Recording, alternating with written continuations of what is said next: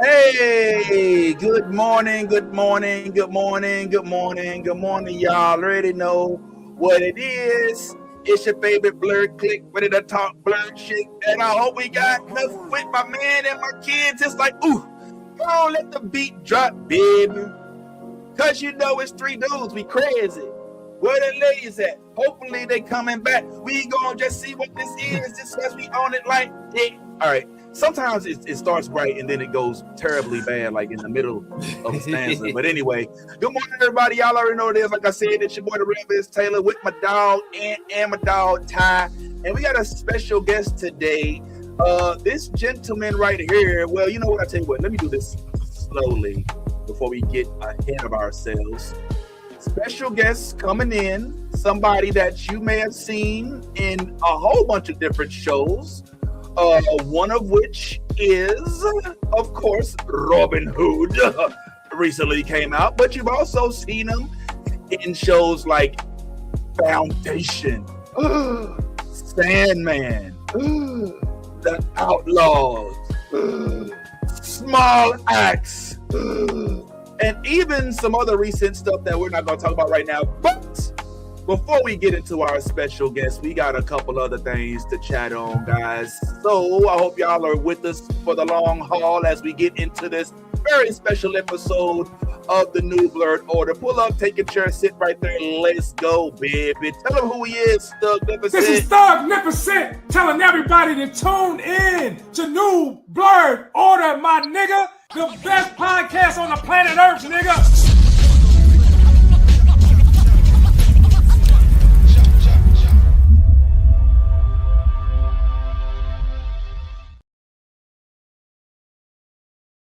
Alrighty, guys. As I said before, yes, we will be joined today by the one and only Marcus Fraser. Yes, of Robin Hood fame and of course of many other projects. But before we go there, there's so much stuff to discuss. So don't go too far because we got some topics before we bring in our special guests. I would like y'all to help me welcome to the chat none other than the one and only Bad Ty's in the building. What's going on, Bad Ty? What up? Bad Ty's here. We also got the homie Ant in the building. What's good, Ant? All righty, and I form the head. No, just playing. I bet you that Ty will figure out a way to make that weird and Nah, not at all. Oh snap! Let me hit the live on IG right quick. I always forget to do that live on IG, and we're supposed to have somebody dedicated to actually reminding me. Boom. Okay, now we're going live on IG. You did. It's true. It's the truth. Well, gentlemen, before we bring in our special guest, by the way, just a real quick backstory to how we ended up getting our homie Marcus Fraser of recent Robin Hood fame. Definitely not limited to Robin Hood because there's a whole lot of other dope stuff that he does. Frankly, you know how we like shows like Game of Thrones and, you know, Rings of Power and stuff like that. Well, if you watch enough of those shows in a row, you'll kind of get into that culture to a point where you don't want to see other type of shows. Like you're like, what is this show with these buildings and cars and shit? Where's the arrows and trees? You know what I'm saying? And so when like those shows were not in high popularity, my wife and I stumbled upon this Robin Hood show, of which we didn't really get a lot of promo for. I'm not gonna lie. We literally was like, all right, well, let's just check it out. And to our surprise, it was actually pretty dope. We were sitting there wondering why we didn't see as much promo as we thought we should have. And while we're watching it, we couldn't help but notice that this I don't want to call him large. I don't want him to be like typecast as like big man afford. But we did see this large black gentleman who ended up playing the role of Little John. And we was like, yo, who was that dude? You know what I'm saying? That's cool that he's in this role. And we reached out because it'd be nice to learn how and he felt about the project and all that. And he fortunately obliged. So we're looking forward to having a conversation. Ty, if I'm not mistaken, you also enjoyed the Robin Hood show, right? Absolutely. Yeah. I love the adaptation. I love the way that they're going. I told you, like, they they went a little different from the atypical Robin Hood shows and added a little mysticism, which I think does add an element that hasn't been present before. Also, you know, you get not the merry, you don't get the merry men, the Robin Hood that just steals from the rich and gives to the poor. No, he might kill you. He might kill a couple. He might body a couple on the way in. You know, he might beat you down. He might, you know, there might be some things that happen to you. This Robin is a little bit he's a little bit tilted. Like, so he might get mad and clap you, man, depending on what's going on. Yeah. That's real. I'm not gonna put you on the blast, and because I know you have so much stuff to watch, so you might not have had a chance to fully watch the entire Robin Hood series. But one thing I do know is that you've been paying attention to the news, and you probably noticed, like I did, that there is a series coming to alive starting here pretty soon that we recently just got some sort of notification about. I'm talking about none other than Darth Maul, which is going to be released, or at least we're gonna get some more information about this here coming up here pretty soon. I'm geeked about it. How you feeling about it? And I mean, you know, I know you've been a little down on Star Wars lately, but does this help you maybe get back into the fold, perhaps, Bam? After watching the trailer, yeah, the trailer was gas. So now I'm excited to see what they're going to do with Darth Maul still surviving. Like, I don't understand how this man still survives through all the stuff he's been through. He's been chopped in half. He's been killed by Obi-Wan again, and he keeps getting up. He's like a cockroach of the Sith, but and he's still a problem. So I'm excited to see what they're going to do with this new show. Yeah. Ty, you have any feeling about this, man? I'm geeked. Like when I synced it, I was like, okay, it's time. You know what I'm saying? Because Darth Maul is like one of Star Wars' first low-key anti-heroes. Like he started off as a villain, right? But then when we get more of them in the Clone Wars, we start being like, oh, okay, because he ended up going to, like, he's not. If you watch Clone Wars, he's not Sith anymore. You know what I'm saying? He's not really messing with the Sith like that. He's still Sith. He hates the dude. He hates the Emperor. He hates the Emperor. Yeah. But he's definitely still evil, nigga. It's like yo, but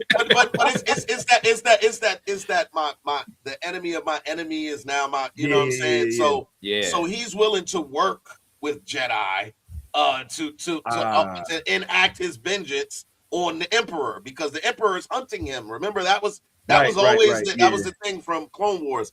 But I really love it, man. Like the whole Ventress, I think that's her name. Ventress, and how her storyline was, and how she's basically an anti-hero. Now I can say she's a more of an anti-hero. I don't think definitely. You know, she's definitely working with the Jedi on a different level. She's like, okay, I might even train you a little bit if you know. Yeah. But Darth, it's like this. But first of all, let's just talk about the trailer. The trailer and the visuals are so crisp, so clean. Like that trailer, when I watch that trailer, and I don't have my glasses on right now, but when I do, that thing is in 1080 PPP, and they not playing, man. So I'm listen, 1080 PPP. You know what I'm saying? So I'm really excited for it, man. I cannot wait. It's just more of Clone Wars, man. Like that it feels like, you know what I'm saying, just that same artistic methodology that went into the Clone Wars is being expanded into Darth Maul's joint too. So I love it.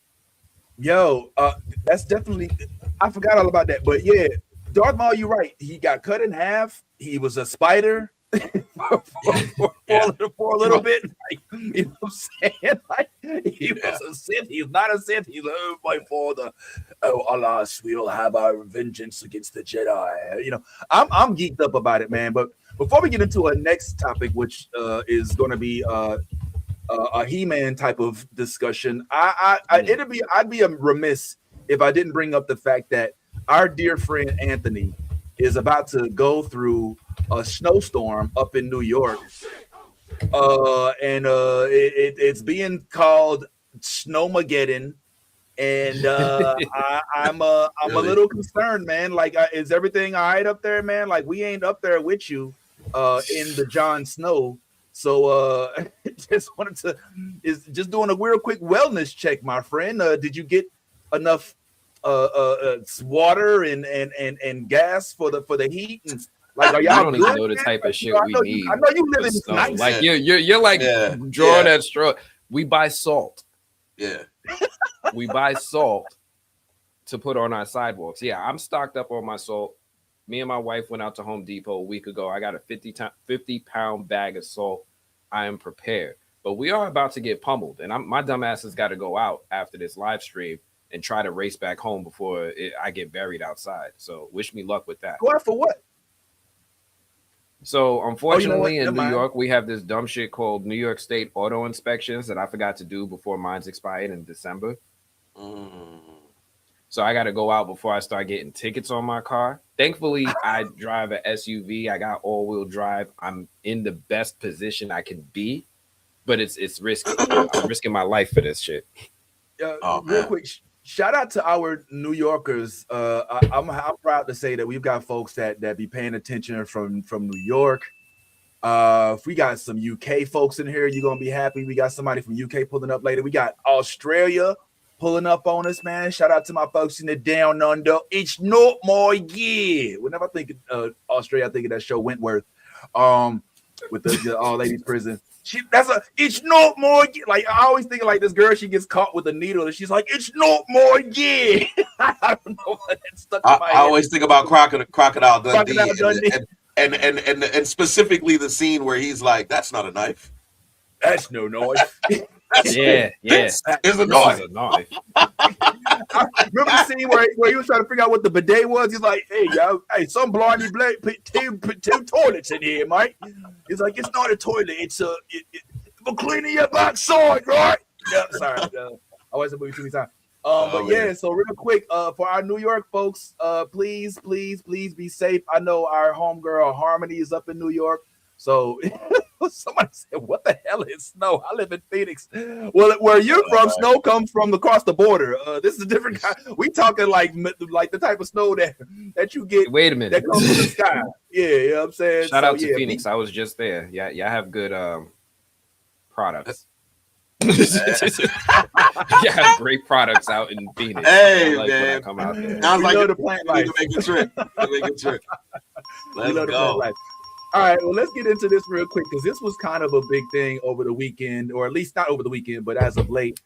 Some of y'all may have looked up and realized that, oh my God, the He-Man thing is actually a real thing. And we now have our first peeks at what this thing is actually going to look like. So let's take a quick look. I'm not going to actually show the preview, but here's what it's starting to look like. This thing is actually going to be dropping.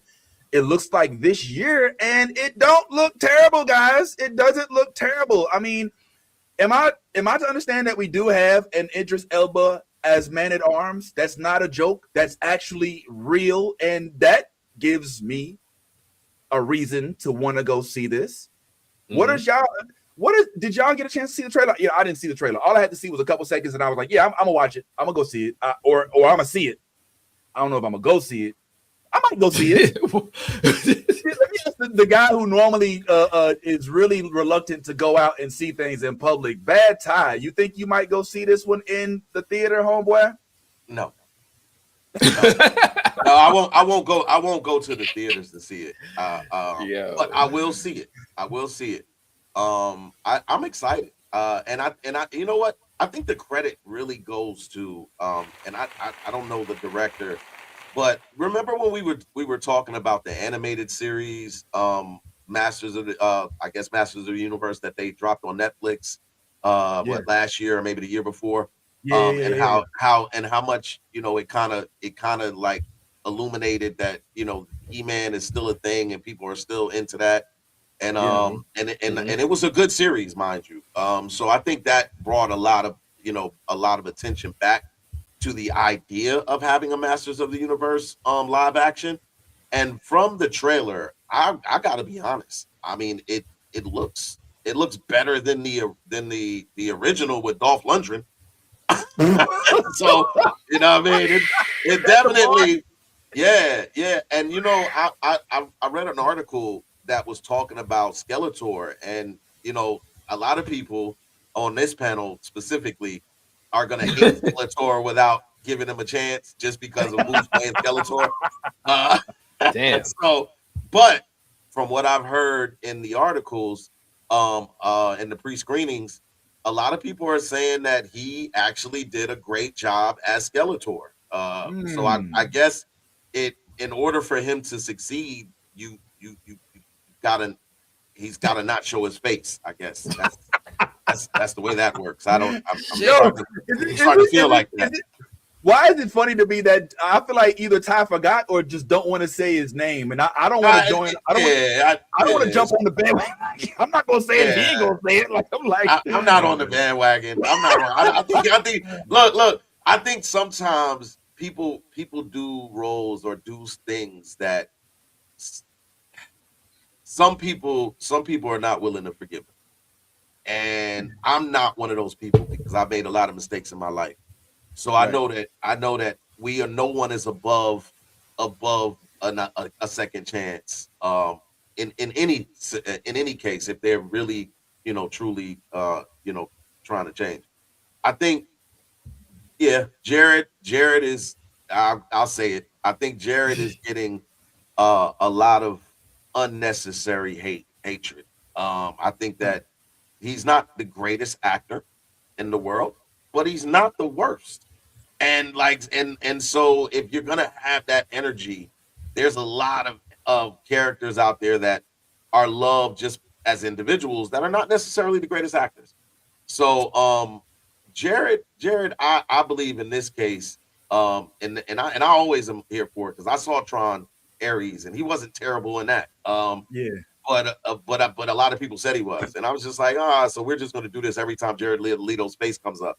So that's why I was kind of trying to stay away from saying his name, just to give him a fair opportunity, a little bit of grace to show his chops. Yeah, man. To be fair, I'm not sure if people hate Jared Leto's acting as much as they hate him as a person. Like, from what I understand, he's got a douchey vibe, right? I don't know if there's that many people out there that are really like, yo, he can't act. I think it's people that are like, oh, he forced his way into the Joker role, and his roles are like he's pretentious, and I don't really know. I'm not of that camp. If a movie's good, if he's in it or not, I'm gonna check it out. And I was also of the Morbius isn't as bad. It's not great. It doesn't deserve any awards. All right, I'm not here caping for it. I'm not trying to get it into the Academy's hands. But I didn't think that it was as bad as like like the original Daredevil or what I'm saying, and stuff like that. So you have anything to add to that, Anthony? Yeah, Jared Leto is a great actor, right? He's not a good actor. He is a great actor. My issue, and I don't want to get blacklisted, Jared. I'm caping for you a little bit.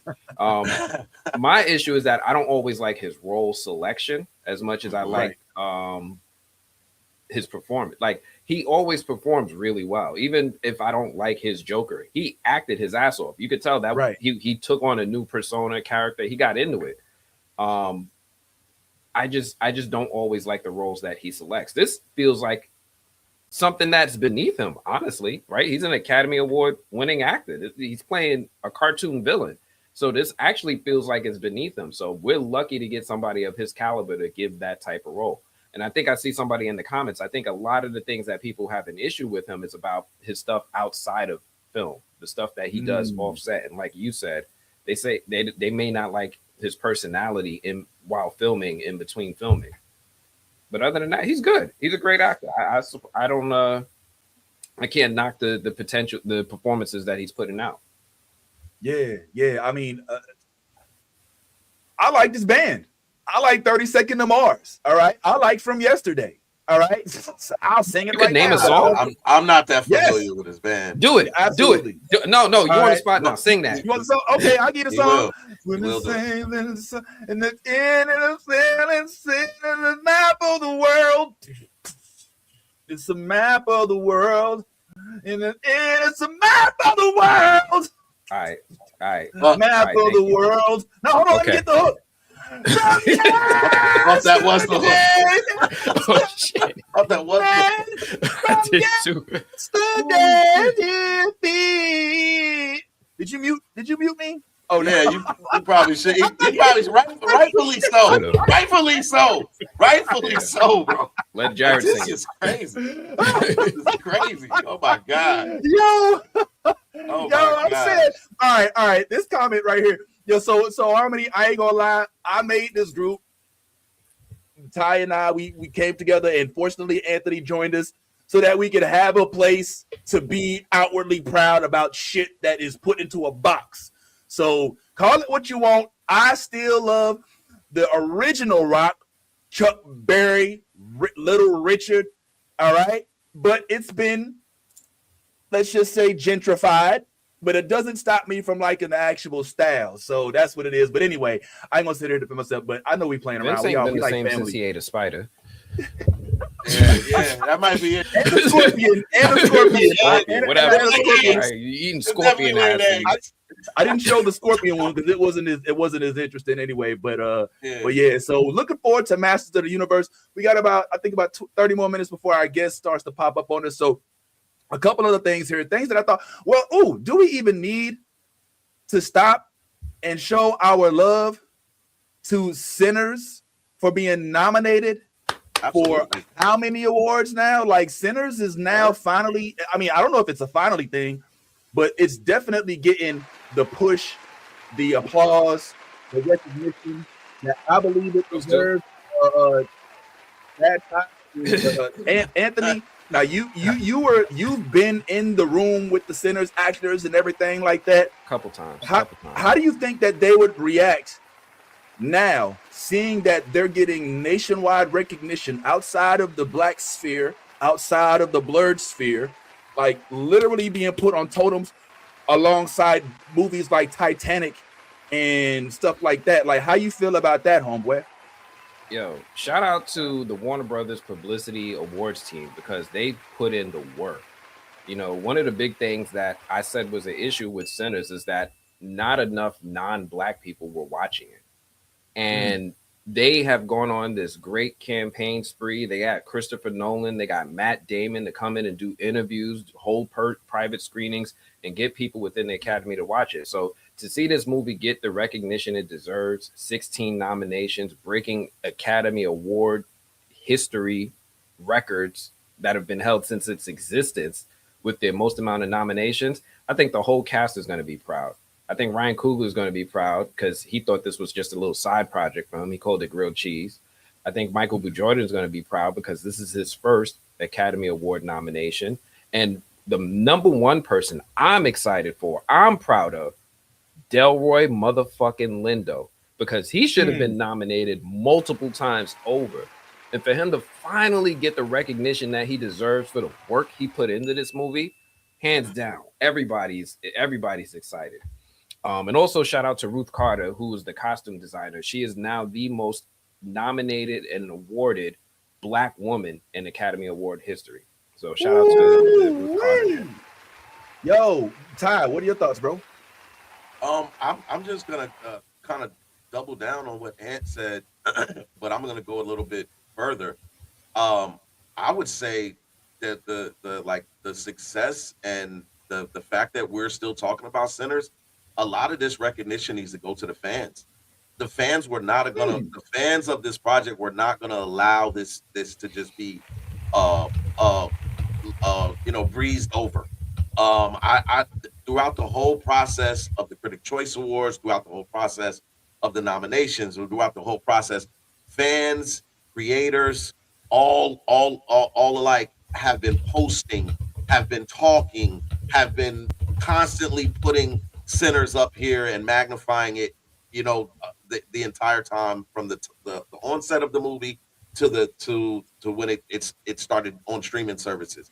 So I think this is it. You know, there was a moment during the award show where Ryan Coogler gave a special thanks and a special shout out to the fans because he realized that we support Ryan Coogler and all that he does. Let's not act like Black Panther wasn't the number one selling Marvel movie that Ryan Coogler was responsible for. Let's not act like when Sinners didn't drop, we was telling a friend to tell a friend to tell a friend. Like we was this was word of mouth at its best.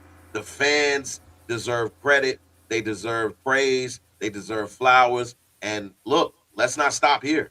Ryan Coogler's still out here doing his thing, and let's continue to support Black projects because when we really, really, really unite and support these projects, it opens the door for more opportunities for Black creators.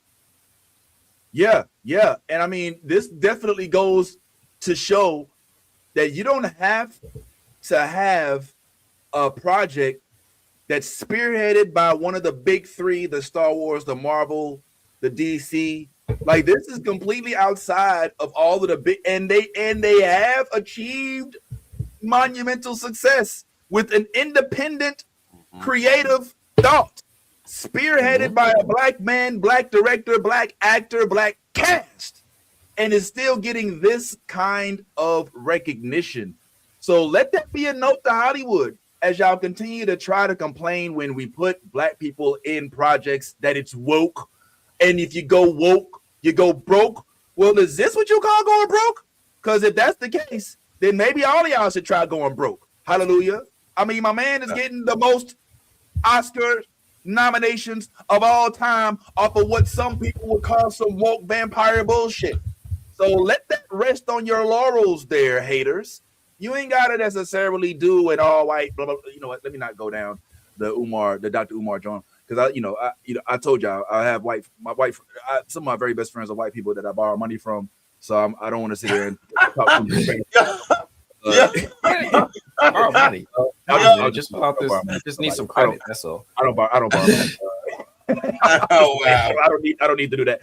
But yeah, this is a glorious day and a glorious time to celebrate glorious Black-led, Black-written, Black-directed, Black-acted projects, and we are here for every single minute of it. Shout out to Ryan Coogler, and just in case you didn't know, we do have, because of our good friend Anthony, an interview with the one and only Ryan Coogler that is live on the movie blog right now. So if you're curious about some of his thoughts, I would definitely encourage you to go ahead, check over to the movie blog, and you'll see Ant speaking directly to your boy Ryan Coogler and giving a piece of his mind, and not necessarily a piece of his mind, but definitely relaying some of his thoughts.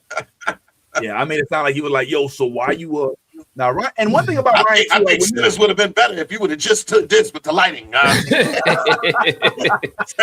I'll take that into consideration, Ant. I wouldn't hold it past him. All right, a couple more things real quick before we start getting ready for our guests. This isn't something I think is going to be happening anytime soon, but just a real quick, want to get y'all thoughts and opinions, and we'll go to the chat for this as well. Recently, some Invincible news. Are y'all fans of Walking Dead, Michonne? Y'all fans of Wakanda? Well, you'll like the fact that Denai Guerrera, who is known, it was my Michonne. All right, this is my Michonne. All right, this is Okoye in the Dora Milaje, has now been tapped to be cast in the Invincible season 4. Now, obviously, it's a voice role, so that's kind of cool. Anybody, any thoughts on this? I mean, I'm just happy that they're. I'm happy. Go ahead. No, I'm happy she's in it. Invincible's got a great voice cast. They've always been, really, really good at the folks that they cast, right? They had Stephen Yeun as Invincible. They have Lee Pace is coming in and joining the show. They had Jesse from Breaking Bad. His name escapes me right now. But they've been really good with their casting every single season. So to have a talent like Denai Guerrera come in and just elevate this show even more, I love it. The more, the better. Yeah. And Seth Rogen and what's old boy that JK From Foundation. Lee Pace is coming in. Yeah. Pace is drag. And J.K. Simmons is his J.K. Simmons. Invincible's Who was dad. the voice of Conquest? Because I keep thinking of that voiceover. My man from Negan. Jeffrey Dean Negan. Morgan. Jeffrey Dean Morgan, yeah. That freaking monologue when Conquest leaned over and was whispering in young Mark Grayson's ear was like, they all hate me, they despise me, and like I can't do it, but I think there was a dude named one of our cosplayer brothers like reenacted that scene, and it was so glorious. Like, so yeah, shout out to the cast of Invincible. I'm looking forward to seeing what Denai Guerrero. I forgot Mahershala. Mahershala Ali was. Oh yeah. He was. Mahershala Ali plays that stone dude. The one that tricked Invincible into taking over the criminal empire, becoming a new kingpin. Sterling K. Brown. I was about to say Sterling K. Brown plays the big brain dude. The big head. Speaking Goggins, Mark Hamill. Mark Hamill. Also, I don't know if this is true, and maybe you can illuminate me with this. Did I hear, or does it sound like we heard the voice of Optimus Prime in one of the characters? Peter Cullen? I swear I heard the voice of Optimus Prime in one of the characters. He's one of the new characters too. So, but I mean, I'm usually good at this, so I don't know. Maybe not. I trust you, man. I'm gonna go back and listen again. Peter Cullen, I wouldn't be surprised. Is he still around? Is Peter still around? Yes. He's 84 and alive. Man, that's gonna be sad. He's kind of like got standing. No, don't speak that on him right now. All right, I mean, people dropping on his 200th birthday, will still be around. Well, yeah, like you said, we definitely know that Sterling K. Brown was in it. He actually had a pretty prominent role. And another Sterling K. Brown project that we know is coming soon is Paradise. Season 2 is just about to be released. Hallelujah. And I think a lot of us are looking forward to that. And if I'm not mistaken, one of us, I'm not going to say who, has already had an opportunity to maybe see some of it. What we think about it, Ant? All of it. I don't know if I'm allowed to talk about it yet, but I've seen it all. I've seen all of season 2. And if you're a fan of season 1, I can't wait to see your reaction to season 2. Ooh, that's all he can say. God damn it. All right, we got to start reviewing that. I need to see, because last, if I'm not mistaken, we saw that he got another project. I spoke to him at Critics' Choice Awards very, very briefly, and he was more excited about his next project, which is Voltron. And I was like, Voltron? He was like, yeah. I know you want to talk about Paradise, but I can't wait for you to see, the way he speaks. I can't wait for you to see. I can't do his voice. I'm not good at that like you are. He's hyped about Voltron. So I'm getting hyped for it. Yeah. Close your mouth. Yeah. Ty will tell you, like, I've been beating the door of Voltron since we started this. Like, I sat there and watched them do Pacific Rim and the different Power Rangers movies, and I was like, why don't they just do Voltron? You know what I'm saying? And don't give us a mashy CW Voltron. Give us a fleshy, hard, blood-ridden, violent. Give me all of the. I don't want I don't form that. I want to see one of them lions pick up somebody and chomp their ass until body parts is falling off. I want them to rated R Deadpool this freaking Voltron movie. Voltron?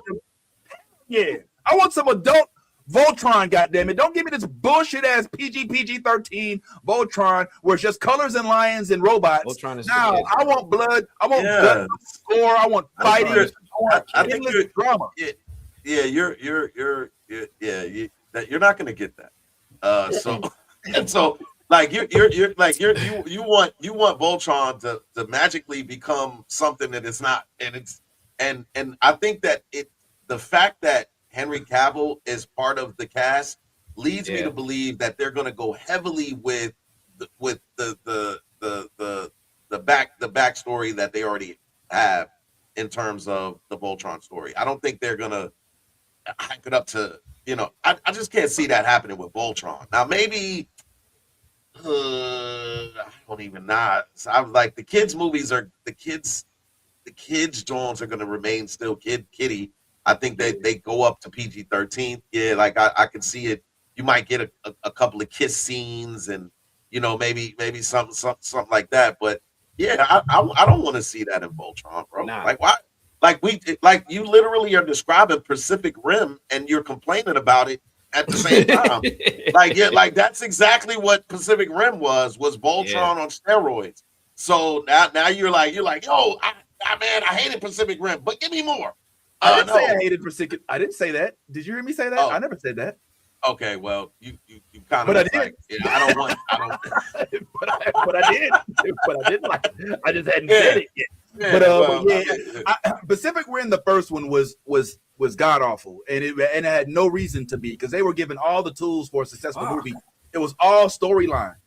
The second one with our boy John Boyega, it was better. All right, it was better, but there was still something missing substantively from the script. So yeah, all right. Now let me back up. Some of what I was saying was in jest. I'm playing around a little bit, but I am being honest about the fact that it would be nice if they would be a little bit more forthright with the violence. All right. I mean, I get it. They're probably going to be only robots fighting, but I wouldn't mind if one of them big ass robots took a bite out of somebody. You know what I'm saying? Like, I'm just saying, like, y'all, okay, it's something wrong with me. Okay, no, it's me. No, it's nothing wrong with you, Vince. They're gonna take a bite out of something. It's just gonna be a monster, just typically it was on the show. Yeah. So you're gonna see the action sequences. You're gonna see arm, leg, head, heart. Yeah. You're gonna get all of that. So that is gonna be. I think Voltron into a Muslim. Hey, look, you got the RZA. He's Voltron. Listen. That was I formed the arm, you formed the legs, you formed the head. You're getting arm, leg, arm. Yeah. You know what I'm saying? So look, don't get mad at me because I'm from the streets. Not at all. Never that. Look, every time they said form, arm, leg, I was in there, arm, leg, arm, form that shit. Form that shit, my nigga. Form that shit. Take a look at this, yo. Form the sword. No, you did that wrong. It's blazing sword. Yeah. And then you give the pose. Crazy, yeah. They better do the pose, Ty. Ty, they better, y'all, all of y'all, they better do the pose when Voltron turns into Voltron for a split second. He stands and just looks like this, and the light just, and then when he forms blazing sword, it's that bitch, and then he goes like this, and then he just goes like this. He says like this, and he just stands there in the light. They better do that shit, man. They better do that shit. Henry Cavill, I'm looking at you. This is your comeback performance. Yeah. So yeah, we need that, man. Pull on up. All right. I'm being silly. What are we? Where are we? 30 minutes. We got 12 minutes countdown until our good friend Mr. Marcus joins us from. You can think about the boomerang. Marcus. Can you get it just a little bit darker? All right. So, a couple other things real quick before we start getting prepped up for our next guest. This is coming soon, but somebody now has some access. As you all know, we did interview the lovely ex Mayo from the Wonder Man, and Wonder Man, if I'm not mistaken, will be premiering this upcoming week. So we actually are finally going to get to see what this movie is all about. I'll also release the full interview. Series. My apologies, series. But one of us, I believe, has access, so we may or may not follow this show, did you get a chance to see any of it yet? Nah, I've gotten feedback from friends who have seen it, and reviews are out there for it. But I haven't seen it myself just yet. I was going to start that today. Oh, okay, I mean, okay. So you, yeah, like that's. What I was busy watching Paradise, and I couldn't unplug, yo. I was. oh, it's like in. that. Yeah, man, come Yes. on, man. Paradise is like that. I don't know why you on that. Yo, Paradise. Listen, this is one of the most anticipated second seasons of the year. Honestly, like Paradise left off last year and had everybody like, oh my God, Sterling K. Brown is amazing. Like we didn't know that Sterling K. Brown is amazing. He's been amazing forever. Yeah, forever he's been amazing. It's finally his time to get his flowers, and I cannot wait to watch the second season of Paradise because I know where the last season left off, and it just left you know the shroud has been removed. Like the shroud has been removed. Now everybody knows what the fuck is up, what the hell is about to happen, and I would say chaos. Chaos is on its way. Chaos is on its way. Where we left it was to be talking about Voltron. Oh, and Wonder Man. Yeah. But Yeah. Well, you My know bad. what? My Wonder bad. Man's, I haven't watched anything, so it's all good. It's all good. No, speculation. No, but we also have Monarch, Legacy of Monsters season 2 coming up. Right, that comes out in February also. That good pivot, my man. Good pivot, and you know what I'm saying. And I ain't gonna lie, we may or may not have some experience with Monarch. Monarch is it's dope. It's sick. When does it drop? And what's our embargo looking like? I think it drops at the end of February. At the end of 27th, February, so believe, around the same time as Paradise. So it's going to be. We got a good February coming up. We got a really good February coming. We got a good year coming up. And there's a really lot of shit coming out. Invincible, The Boys, you know what I'm saying? Paradise. You got Wonder Man. And when you see, because we didn't even really talk about that particular article where it's literally saying that critics are saying this is the best Marvel show and all of that. Like, I don't know if that's true. I don't know if that's true, but I would say this. Mateen always gives us a phenomenal performance, whatever character he plays. Whether it is my man off of DC, he was Mantis, Black Mantis, or Watchmen, he was Dr. Manhattan.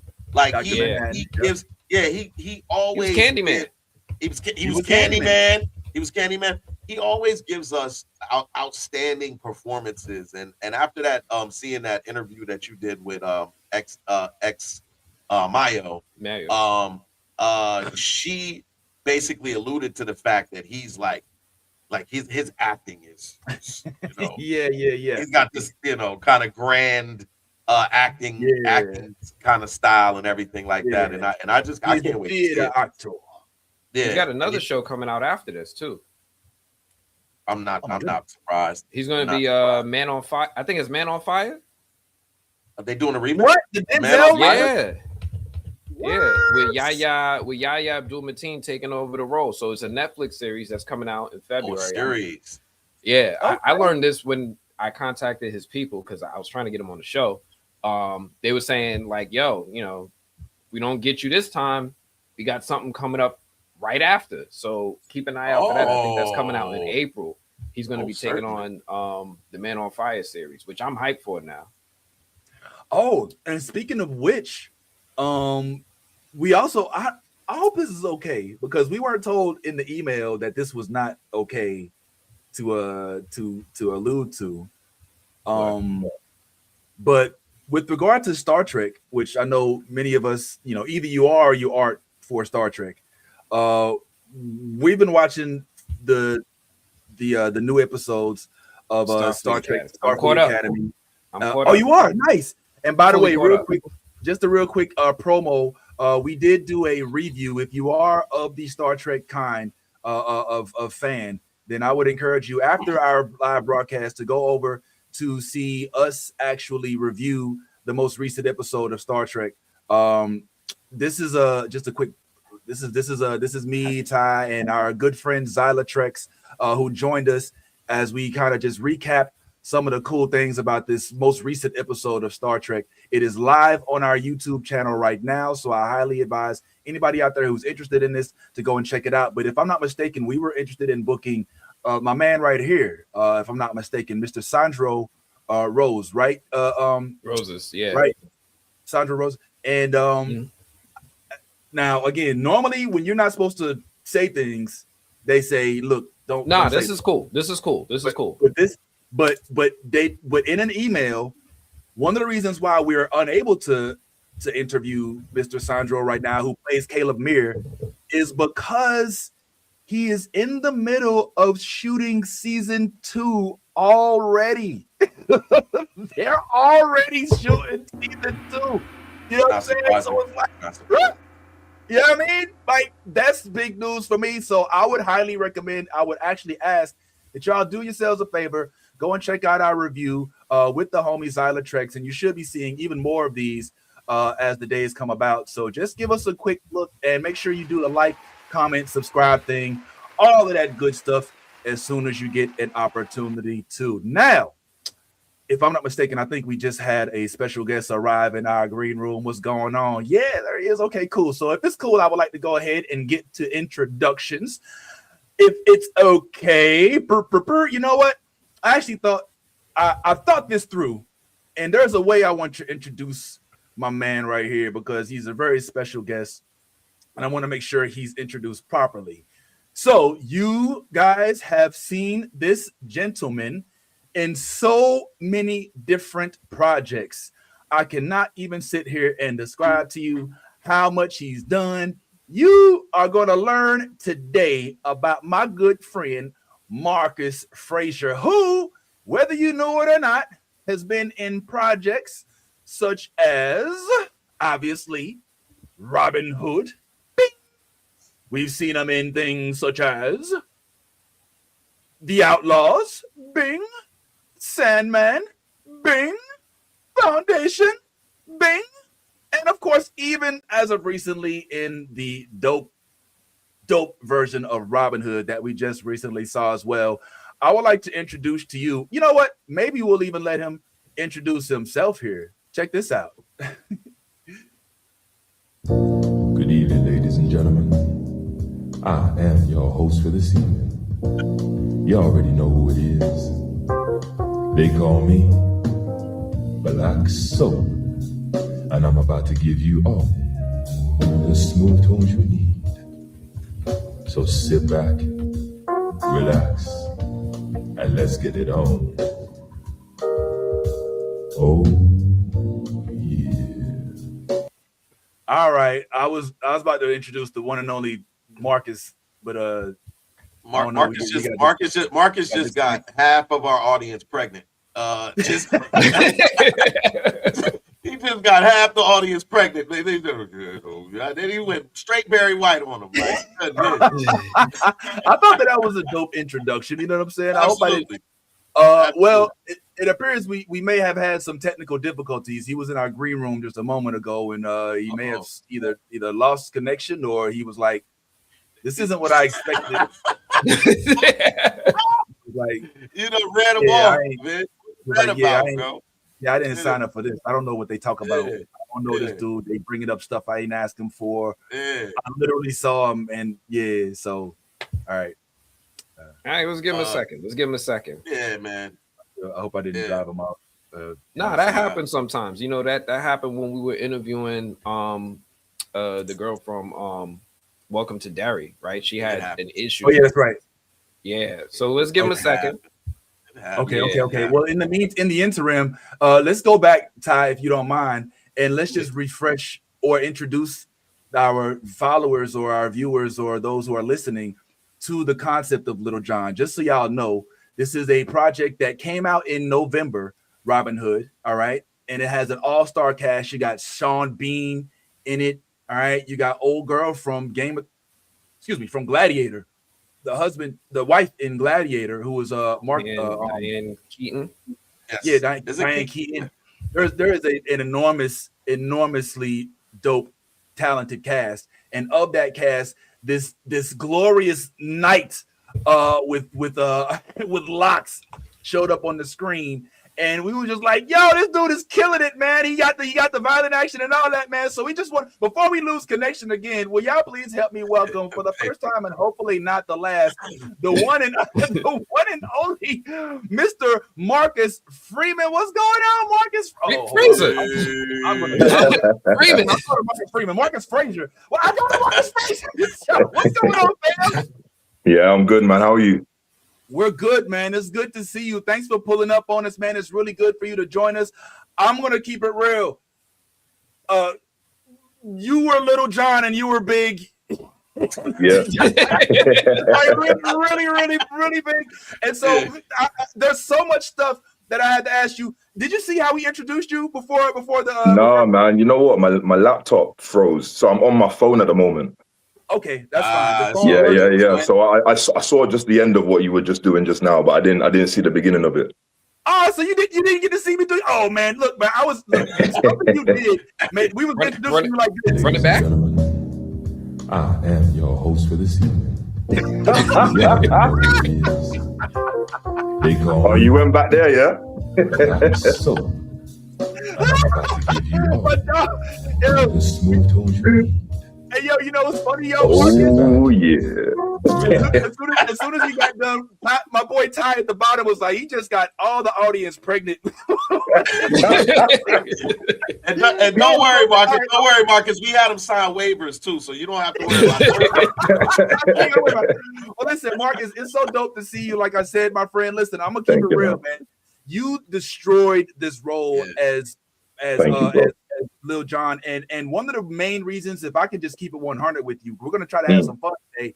That I wanted to speak with you is because we know that when you are a melanated man in a realm that doesn't normally, quote unquote, have you in that realm, you tend to get trolls, you tend to get people, oh, it's woke, this, that, the third. And we want to make sure that doesn't nobody have an opportunity to even throw those type of accusations out there, because the way that you played this role was so grandiose that you literally, whether you're racial or not, you don't even have time to sit and think about how you were looking. You were just that good. What went into your mind? Like, what's your thought process when you're preparing to play the role of Little Jon, if you will? Because I thought it was so immaculate.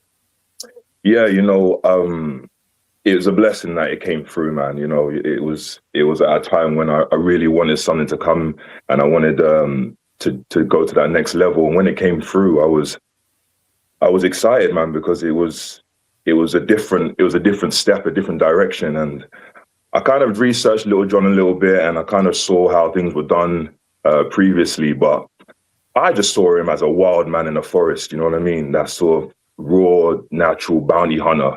And that's how I delivered it. You know, I stripped back everything that I thought maybe he could be, but really what he is a bounty hunter. He's a wild man. He's in the forest, and that's what I wanted to play. You know, that's how I wanted him to come across. So whether people thought woke or not or whatever, I just wanted to play it true.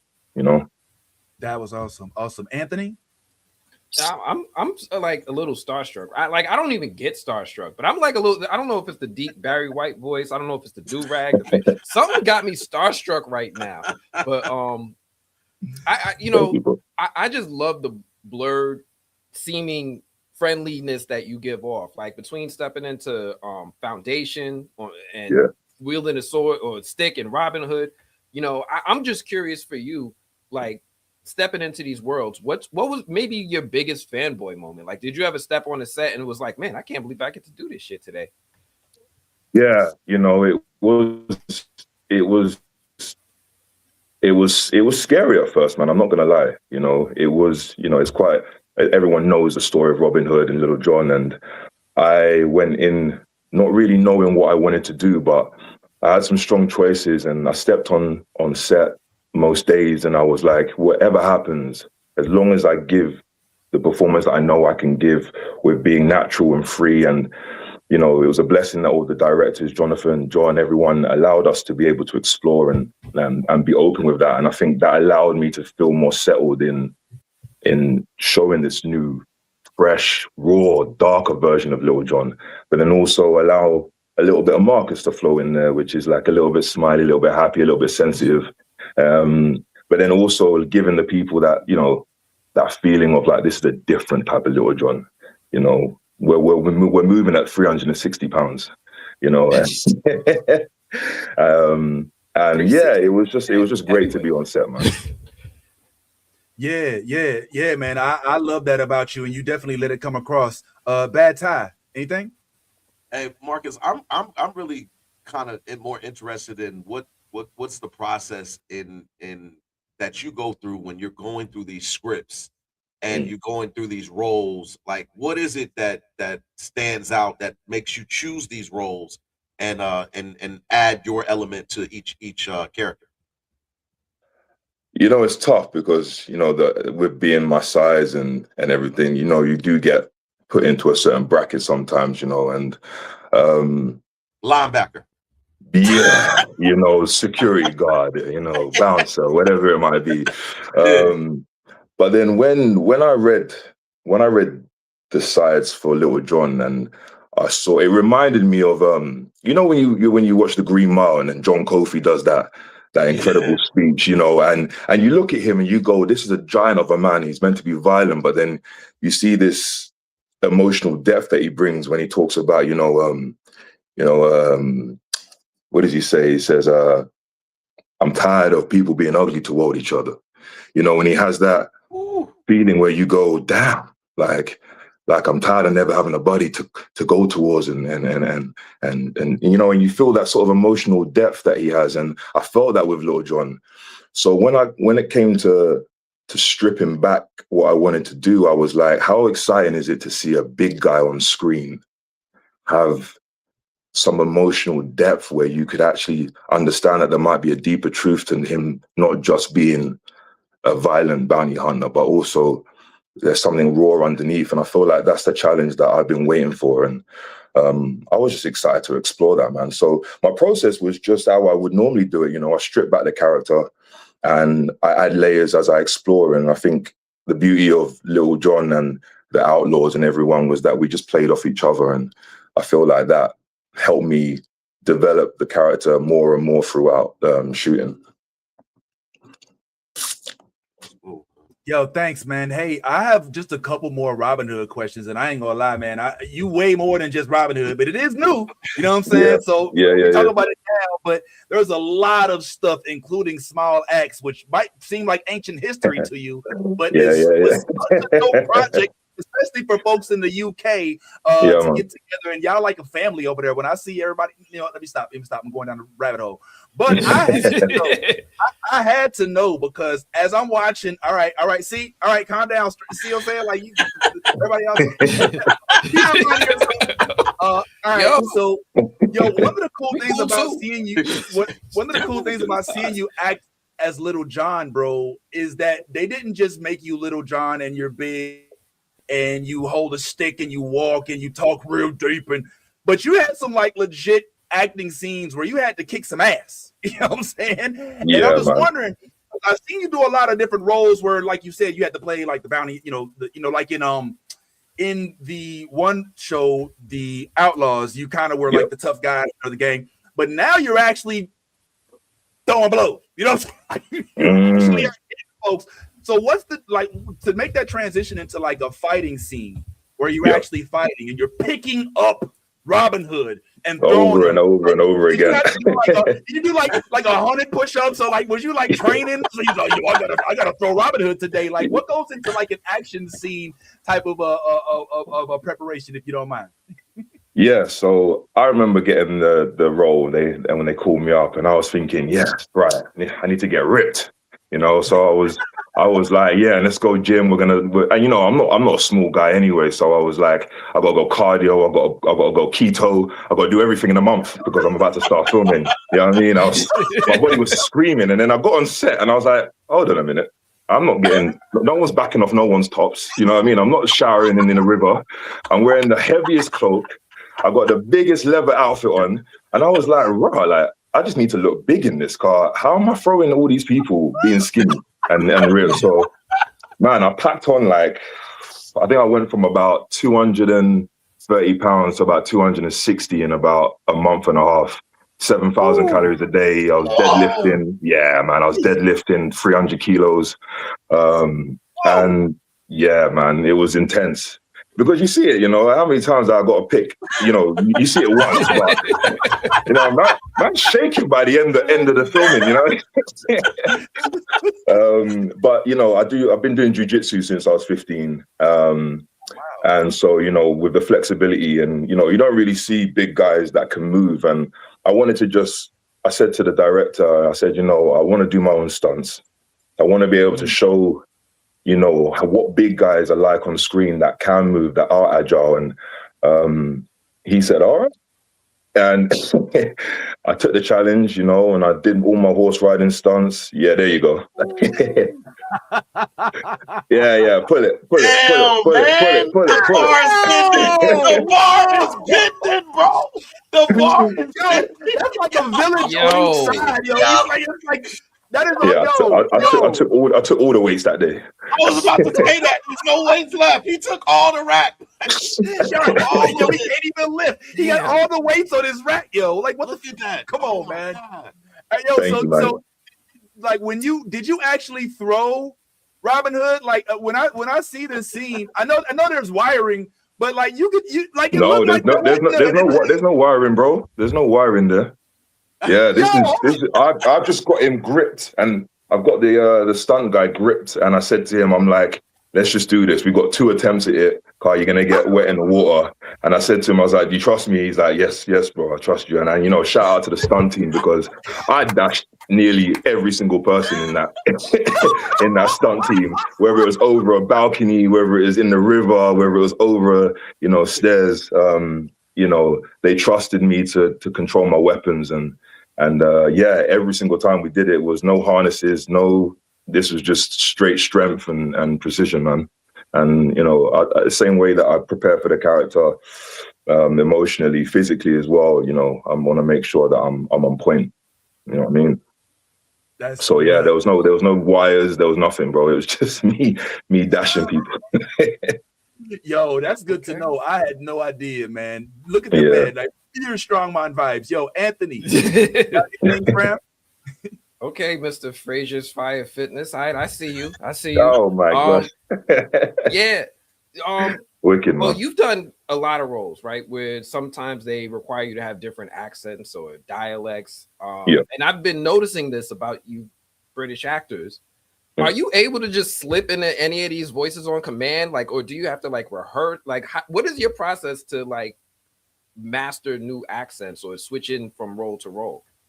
Yeah, man, I think it's, you know, whether it would be, you know, West African, Caribbean, American, I still feel like I still have to find out what the lines are first, you know, and I'm pretty methodical with how I do things, and I want to get it right. So yeah, I can slip in and out. You know, I'm Jamaican, so I can slip in and out of Patwa when I need to. And, you know, what are you talking about? Yes. No, but, you know, it's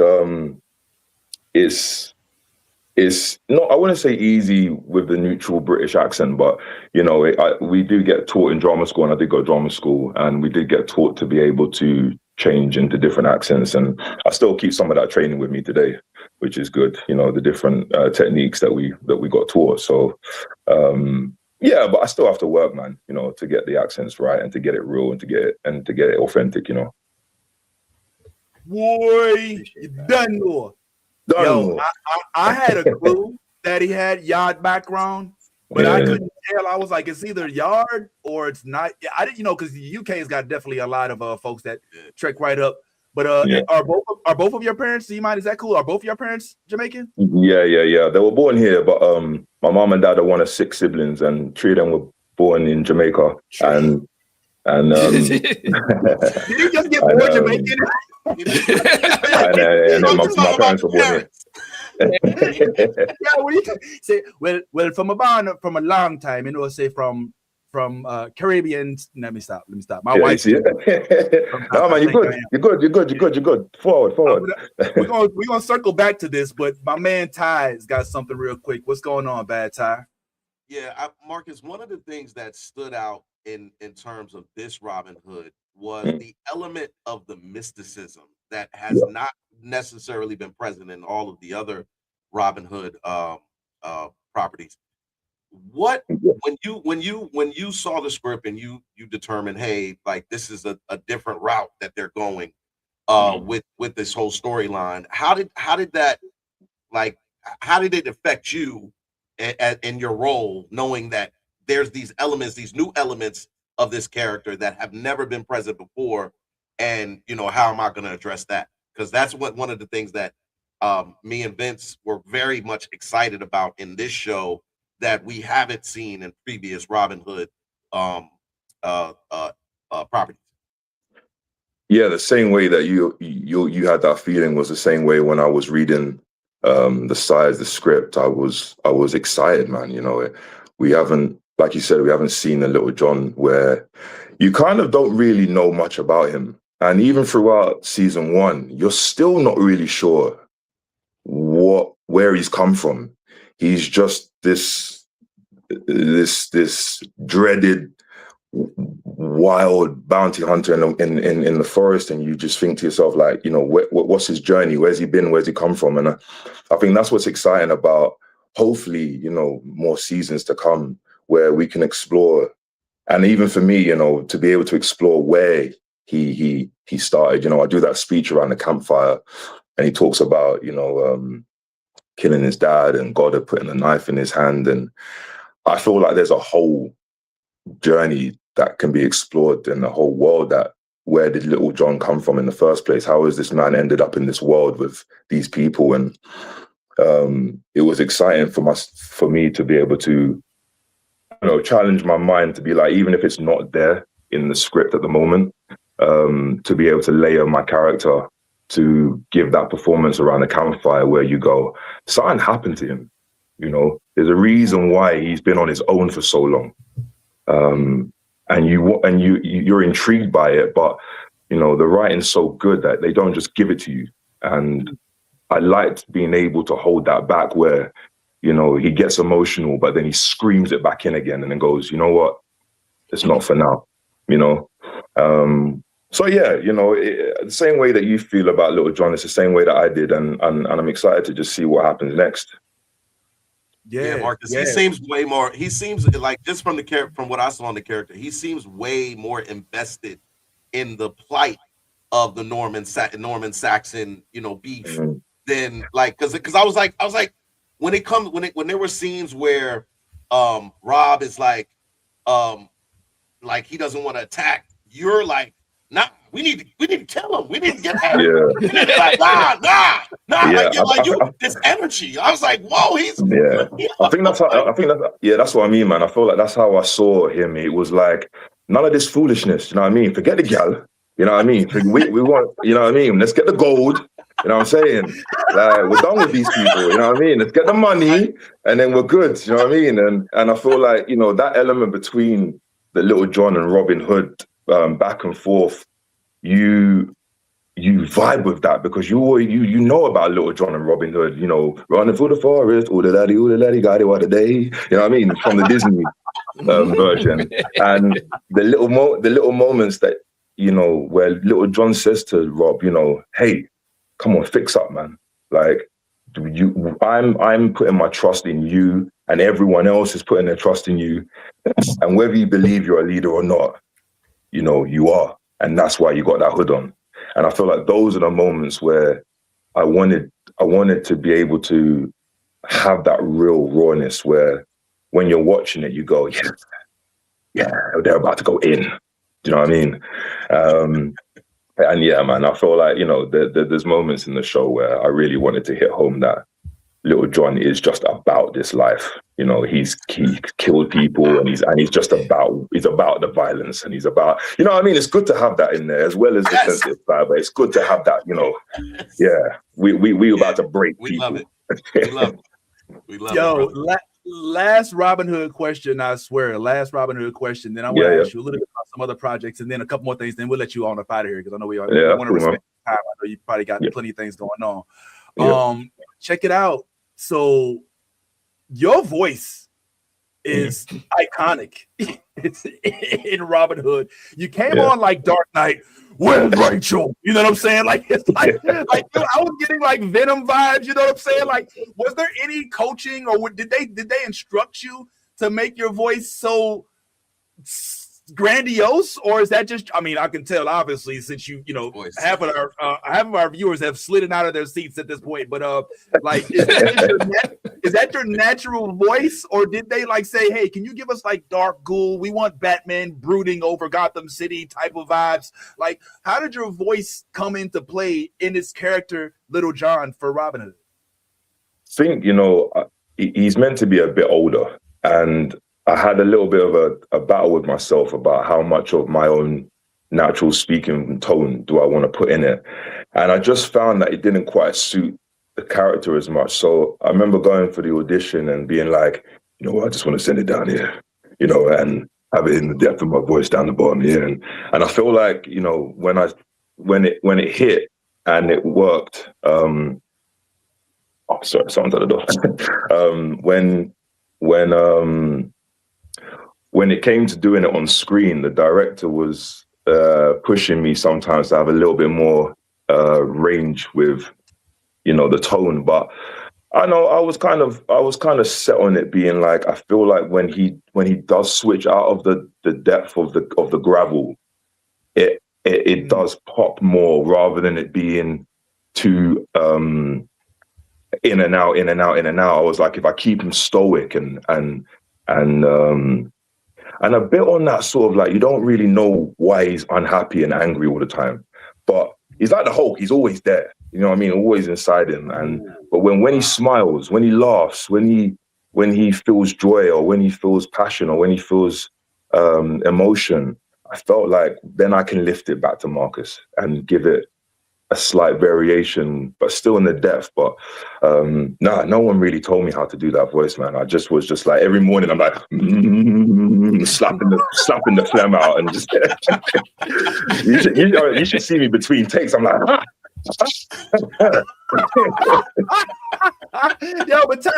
Ty, you felt the same way I did. Like when as soon as he goes, he's like, Robin. Yeah. We have to go to the Loxley. No, Robin, there's toxins, Robin. Yeah. There's toxins. I tried to do it a few times the other day just to get ready if there's gonna be a season 2 or not. And I really couldn't do it. I was like, damn.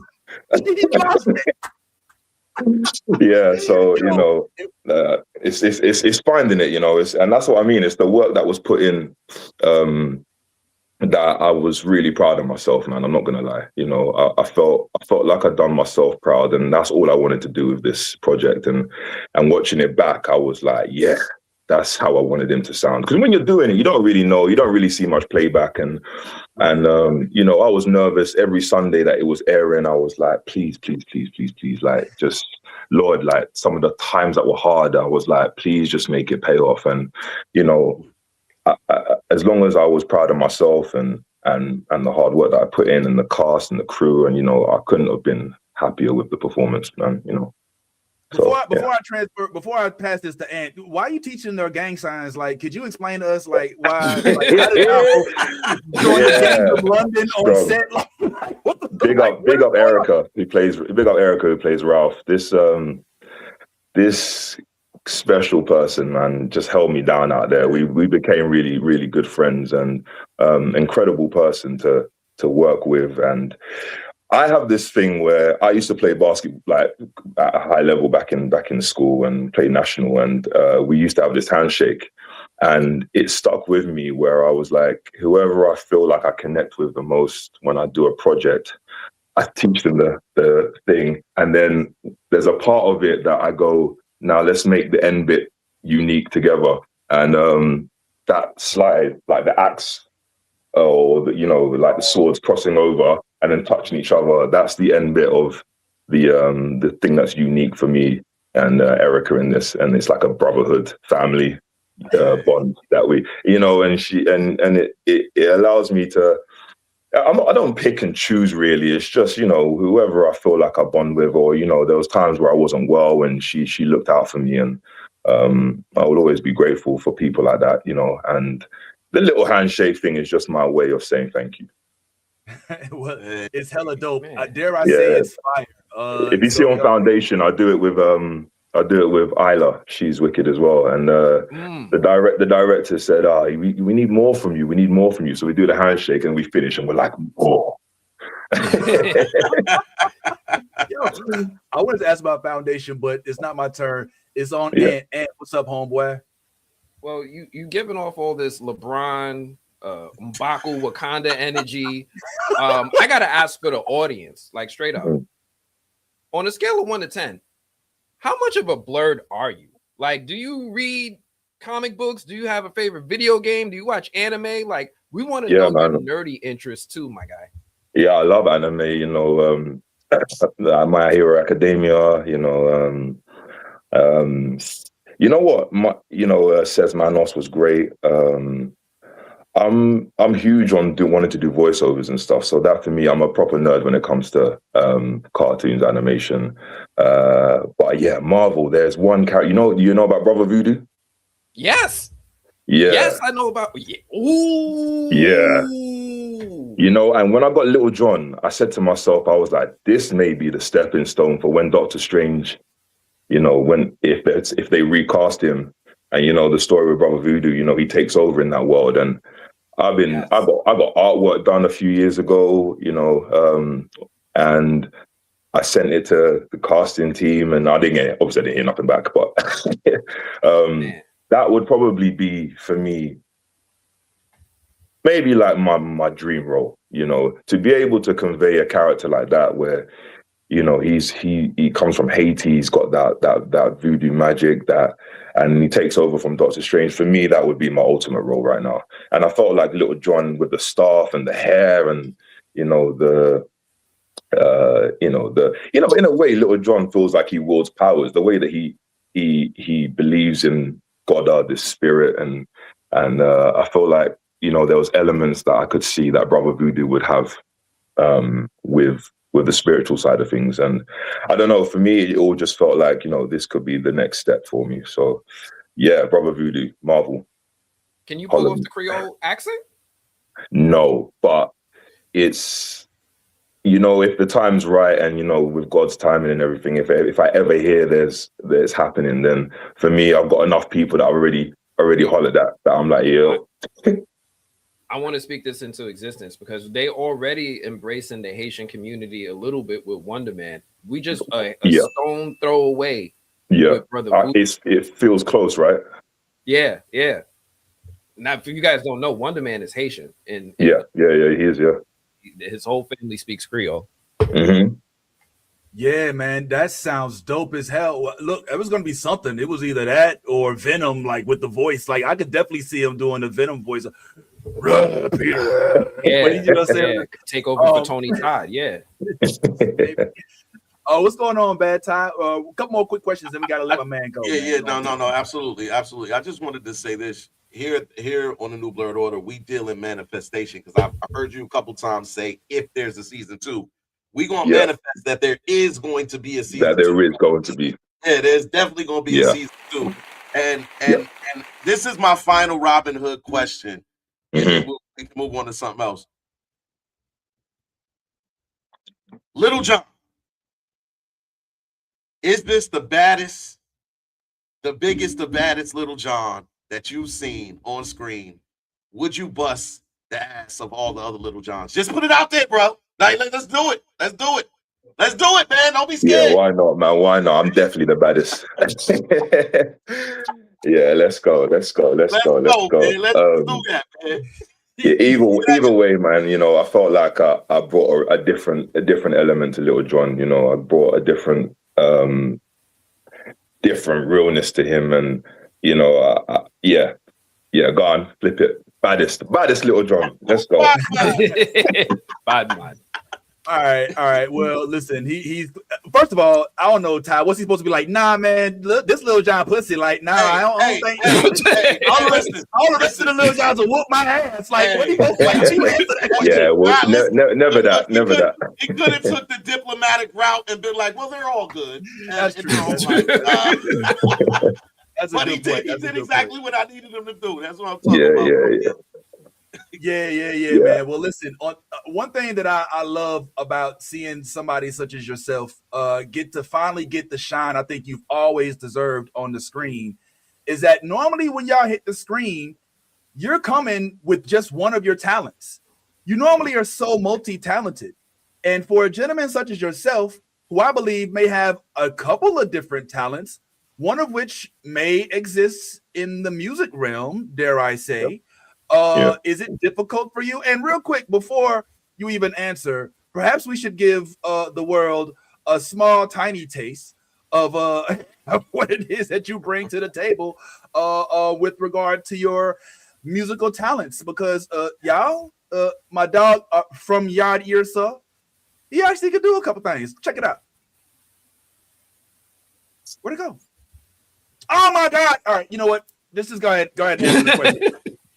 I'll bring it up while you're answering. But yeah, how do you choose between conquering your acting talent versus your music talents? Feel like acting is my life. It's my dream. It's not something that I choose. You know, it's what I wanted. It's in me. Whereas music, like I love it, but I would see it more as a hobby. But there will be a time, man, where hopefully I can play the saxophone, beatbox, bongos, harmonica, and act all in the same film. You know what I mean? And be able to use my talents in the music side of things in a show or in a project. But it goes hand in hand with me in a way. Like you know, it's tough with rehearsal sometimes with a band. If I miss rehearsals and then we've got to do a gig. But you know, I pick up my sax all the time and play, and you know, and I'm always beatboxing, man. Like I got my guys in the band are phenomenal wordsmiths, man. So shout out to Spark Silver. Yeah, you know, I love you know, my whole thing was when I first started was, you know, come on, just hitting that hip hop, you know what I mean, and it's just stuck with me, and that's it. There's one rendition online that I really want y'all to get a chance. If you get a chance, we're not going to do it now because we don't have enough time. But my man is literally just a quick rendition. Check this out, y'all. Check this out.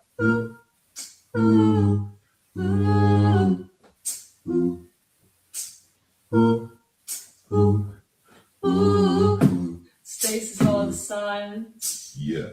And things I need to say.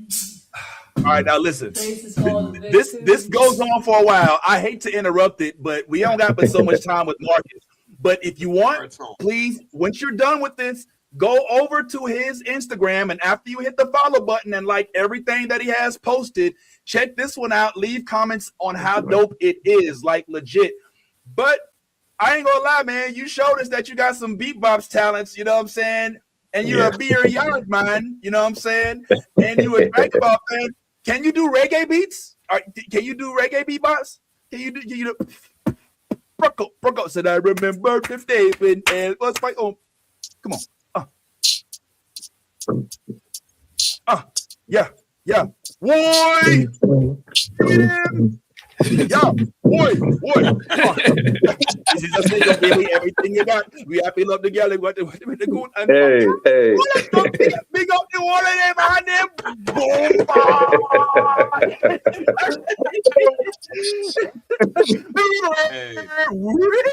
All right, man. We down to the last little bit. I love the fact that you have the musical talent. And I also love the fact that in Robin Hood, we got to see your face, but in some of the projects like Foundation and even like in Sandman, like we see you go through this transformation. You know what I'm saying? Yeah. Like, are you cool with like, I mean, this stuff looks like it could be painful, bro. Like when they put you in all of these suits and you have to sit here and get dressed up and Sandman was 7 hours to get into that. What? Yeah. They gave me the option of doing it over 2 days, or I worked basically I think it was like 7 hours to get in, shot all night, and then 6 hours to get back out of it again. Man, like full body prosthetics. Yeah. How do you keep yourself awake? Number one. Yeah, that one was tough. That one was tough. Yeah, because I remember sitting in my trailer and just being like, come on, Marcus, like you gotta you got to somehow push through, car. Ain't no coming out of this outfit. You know what I mean? Looking at myself, I'm just being like, right. Like, just, yeah. And I had to get all the fake teeth in. They gave me platforms that were like this high to walk in, and, you know, you got to be a demon. So there, in my mind, you know, I had to lock in for that one. Yeah. You know, yeah, full.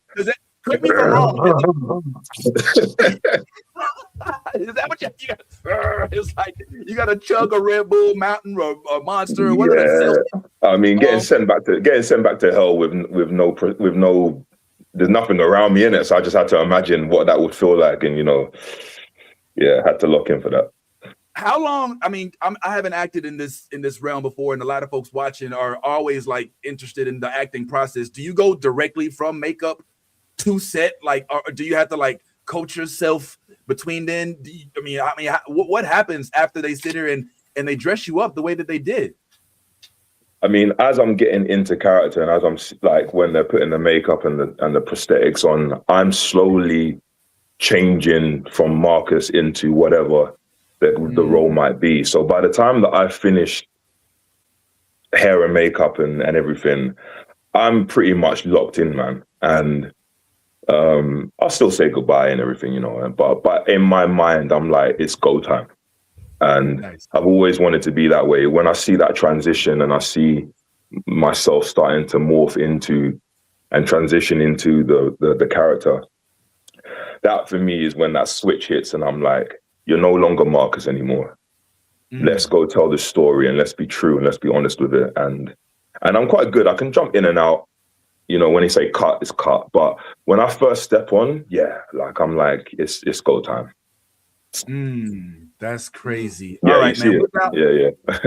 We're We're down to like our last question a piece, man. So we'll go ahead and stop this so you can get the door. There's somebody waiting at the door. No, just Amazon. You know how they are, innit? Just lick down the door like they're police, innit?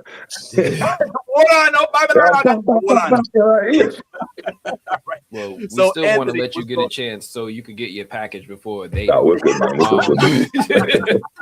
man. Whether you realize this or not, right? Like, you are now one of the heroes on screen that look like us, right? Like, Little John is now going to be a representation for a generation. So I'm curious, like, for you as an actor, when you were growing up, did you have any heroes or genre heroes, whether they were Blerd, Nerd, or anything related that you looked up to? And if so, who were they? Yeah, I mean, I was a massive wrestling fan when I was growing up, and I felt like, The Rock for me was an entertainer in a way where I was like, his mic control and his delivery and his selling of stuff, I was like, for me, this is more than just a performance. Like, he believed that he was The Rock. And I remember being like, if I can do that on screen, it's the same thing. You know what I mean? I want people to believe that what they're watching is real. I want them to believe that the story that I'm telling, whether you think it's real or not, like, you just believe whatever I'm telling you and whatever I'm delivering. So yeah, I'd say The Rock was one of them, and then Michael Clark Duncan. You know, I felt like he never really got the lead until Green Mile, and I feel like, you know, like he gave me something that I will never forget when I watched it, and I was like, that for me is someone that got a chance taken on him, because there's never been a Green Mile 2. There's never been a remake, you know, and you can't really remake that film. And that for me just inspired me massively when I was getting into the game, because I was like, someone decided that this big guy could take on a role that had some real emotional levels to it, but you wanted him so badly to not be what they were saying he was, and he just took it in his stride and said, you know what, if this is what you think I am, then fine, but I'm going to tell you my truth and how I feel about the world, and you get past the fact that, you know, he's been prosecuted for this and he didn't do it, and you just go, actually, like, what a great performance that he put on, man. And I feel like that for me is basically how I want my career to be. I want to be able to be the big guy that people go, but he can act as well. He doesn't just need to throw people. He can take on a role and show levels to his emotional delivery. Do you know what I mean? And yeah, so yeah, Mark Clark Duncan and The Rock for me. Yeah. Yeah, those are real good. Good to have another fellow WWE fan around here. Like, I felt like I was on an island. Bro, by I go myself. way back, man. You know what I mean? Like, I'm got a belt in that, yeah. This go way back. He go way back. How far do we go back, Marcus? Do we go back to WCW? Yeah, we're going back. Yeah, you know, Animal. We're talking about, you know, Sid, you know, Macho Man, what's man, Ultimate Warrior. We're talking about, that era. Yeah. You know what I mean? It's a whole nother conversation right here, Marcus. That's a whole nother conversation. Yeah. Tyler, one last question, man. Let's let our man go. This is not a question. This is more of just me observing, bro. Like I it really means a lot to hear you talk about Michael Clark Duncan in the way that he deserves his flowers and deserves his respect. Because I think that you're right. There is a box that a lot of actors your size, you know, like dictate. Like they like, oh, he's a big guy. Let's make him the bouncer, or let's make him the bodyguard, or and I know that's got to be tough, trying to get yourself out of that box, you know, like, or being placed in that box. And I'll just say this, from what I've seen from the roles that you played thus far, and also when you did the little monologue of Michael Clark Duncan in Green Mile, there could absolutely be a Green Mile 2. And if there is, I nominate my man Marcus to be the next John Coffey, because brother, I love to see talented brothers in positions to showcase that talent and not always be this stereotypical this or stereotypical that.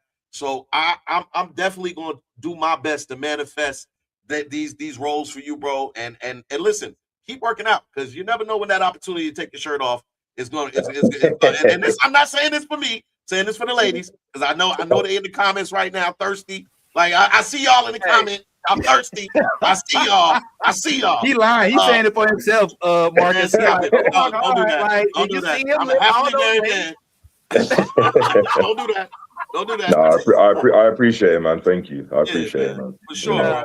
Let's let Marcus go. We've held him hostage long enough, and there is somebody out there with the Amazon package that's just waiting for him to come to the door. So we sincerely appreciate you being here. I ain't gonna lie, I got so many more questions. I want to know what's next on the docket. I want to know if you watched AFCON. Are you into the whole AFCON thing? Do you watch soccer as a UK dude that has Jamaican roots? You're a football guy. You done know it. You done know it. Yeah, nah. You know what? I'm more UFC cage fighting. That's my vibe, innit? Ooh, more than football. What you think of Randy Brown?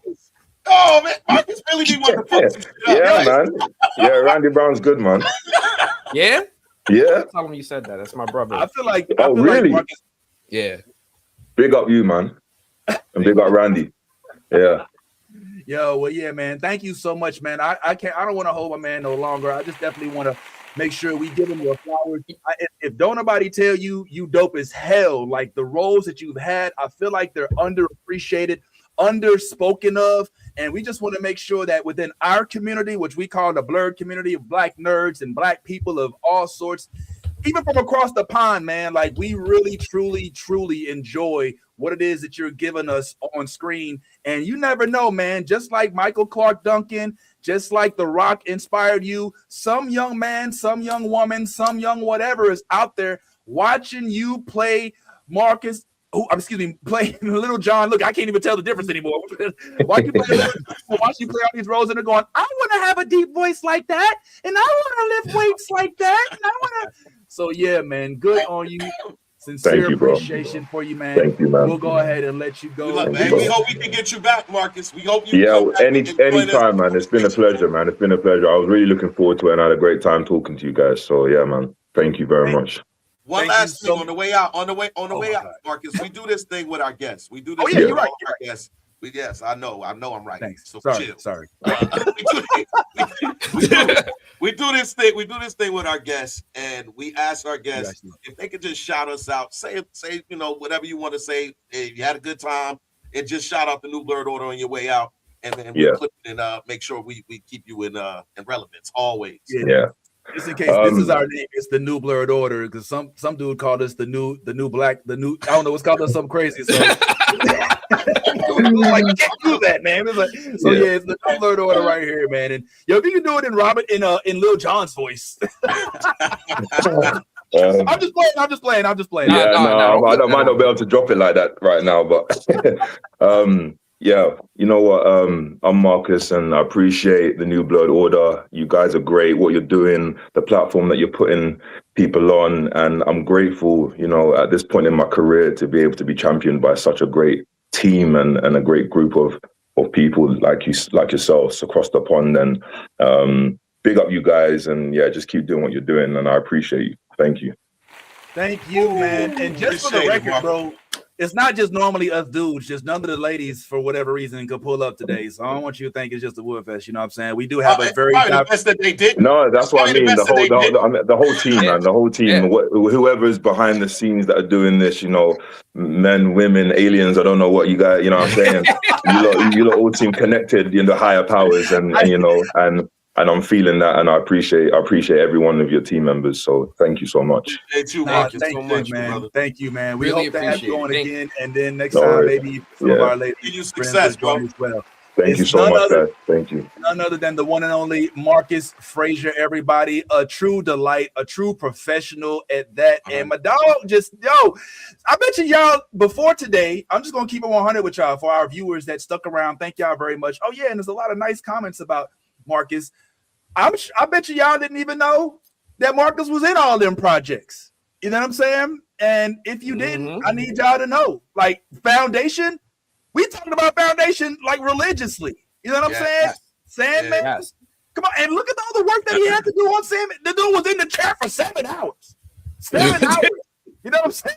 Like, this is like, so when y'all see him in that big Marvel movie and you see him on that first name on the call sheet, I want you to remember where you saw him first. Who's bigging him up? Who synced him doing his blood clot hanging up? Oh, y'all chasa. Beer in my vibe, Yeah, one more time, man, for the boy, Marcus.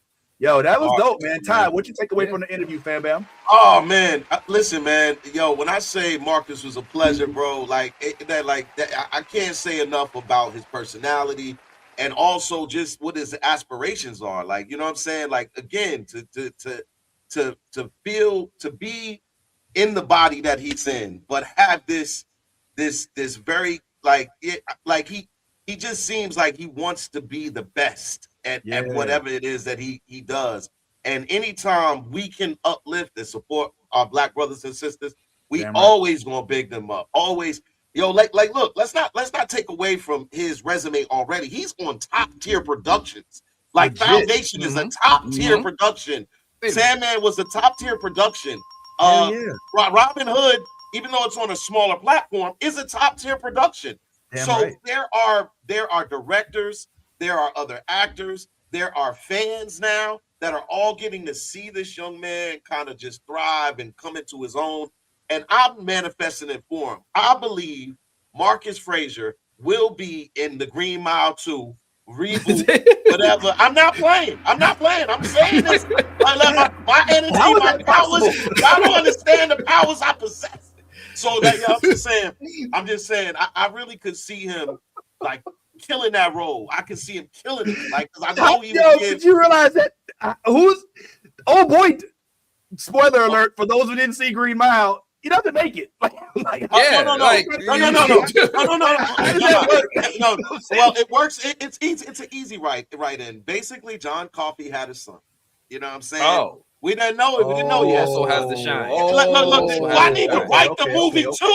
Marcus, I'm giving you a call. After I write Marcus, we gonna get this shit because they don't believe in us. But God, God believed in us, brother. I didn't say I didn't believe.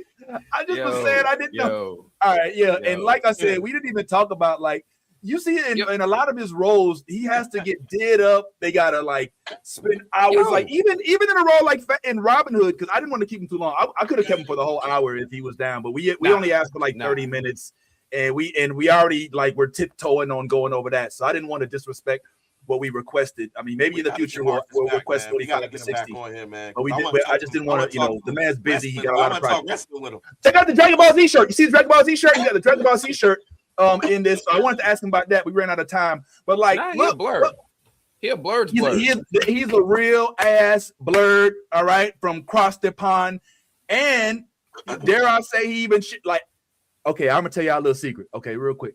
So obviously when we interview people, we want to do our research. We want to have some knowledge, have our questions in advance, even though sometimes we go off the script. And my wife and I, because you know my wife loves this show. She loved Lil Jon. She was the one that asked me. She was like, ask him if he watched AFCON. He probably. I was like, I don't know if he know nothing about that. But we were trying to figure out where he was from, because if you Google him, it's very ambiguous. It doesn't say yes, he's from Jamaica. Yes, he's from. It says his nationality is unknown, or it's like he hasn't, So one of my questions was going to be like, "Yo, where you, brethren? Where on the day? Like where you from? You know what I'm saying?" But he told us without even that. He was like, "Yo, I'm Jamaican." I was like, "I know it." I was rice and peas. You know what I'm saying? Give it a good. So I was so happy about the fact that he's actually Jamaican. So. Anthony, you're Jamaican. Your family's Jamaican. Yes, my wife's Jamaican. Yes. Like, so I felt the kindred, and it made perfect sense. Now, when I watch Little John on Robin Hood, when they have season 2, I'm gonna sit there in the back of my head. I'm thinking, look on the beer yard, man, here, sir. Yeah, go on, Bridget. You have some jerk when you watch it. Yeah, man. So I can't big that man up enough, man. Shout out to the man, Lil Jon. We hope to see him again, not just on the big screen, even on the little screens. Yeah. It's true. It's true. I can do a Jamaican accent. It's true. I can. It's in my act. I got a whole little. So you got to come see me live at some point. Hey, yo, we got to see how John ended up in jail. Whoa. Yes. Yes. That's something. Yes. And the Stephen King universe is hot right now. So this is perfect. This is perfect timing to do a Green Mile prequel. Wow. Yo, you know what? And now that he mentioned the wrestling stuff, could you see them doing like like if they made a movie about like Booker T and Ron Brown? They're not. You know what I'm saying? Some of the wrestling folks. Yeah, he's way bigger than that. He's like Marcus would shave his head and do Tiny Lister. Yeah, nah. He would be Zeus. Nah.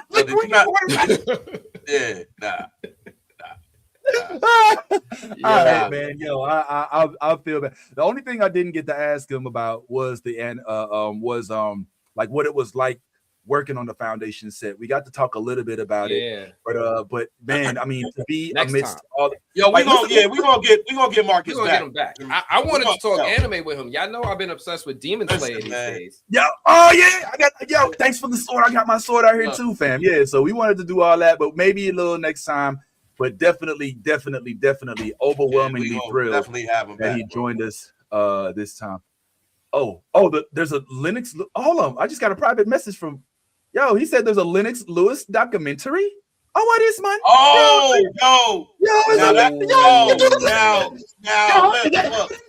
Look, Lennox Lewis a doc series, but I mean, like, are we talking about a documentary or a docu-series? Hold up, it's a documentary. Okay, but he could yes. Yo, 100%. Yes. He could 100% pull off a Lennox Lewis. Yo, real quick, Ty, because you know some of our viewers are not into sports. Don't know who Lennox Lewis is. Lennox Lewis is the greatest British champion, but also of Jamaican descent, mind you. But is the greatest British heavyweight champion to ever live. Period. Yeah. Well, what was he famous for? He was most famous for? Well, what undisputed? He was an undisputed champion at one point. But who did he knock out that made that kind of got it that put him on everybody's register? Well, Evander Holyfield. Yes. This man knocked out Evander Holyfield after Evander had been eaten by Mike Tyson. Yeah, he did. Right? He did. So like, but the dude came in and he was so smooth, right? Like I remember being like, okay, because this was a time when like the fighters were all like big American buff dudes, Riddick Bowe, your boy Mike Tyson, of course, and then of course Evander Holyfield, and even some of the lighter weights like Mayweather and Sugar Ray. But then here comes Lennox Lewis, and he's like, I don't give a fuck, bro. I'll knock him on his arse. I don't give a bro. I'm not scared to know Evander Holyfield. I don't give a fuck, bro. I was like, are British dudes tough? And then bam, and forgive me for being like kind of a silly American, but like he put me in my place as it pertains to Lennox Lewis. But you can see it, like if you look at him right there, like you can literally see him playing the role of Lennox Lewis.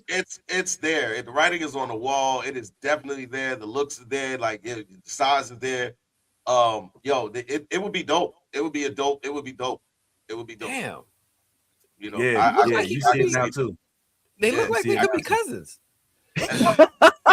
Maybe they are cousins. All right. Well, hold on. Right, well, when you got the photo with Ty in the background next to him, like they. Yeah. I know the audience see that, right? Yeah, y'all see that? You see that? Yeah, what? Man, that's the road. Go ahead and manifest it, Ty. Do your manifestation, homeboy. Go ahead, manifest. It's already done. I manifested it as soon as y'all started talking about it. That's how my manifestations work. As soon as I understand what the assignment is, I already check my boxes. All right. Well, you know what? Since we're at it, what else can we fan cast Marcus as? I could see Marcus play Bishop in X-Men. Oh, I see Bishop in X-Men. That might be the best. That might be the best one. That might be the best casting for him as Bishop. I can see him killing Bishop. You see it, right? You see it. You can't unsee it now. You can't unsee it. You cannot unsee it.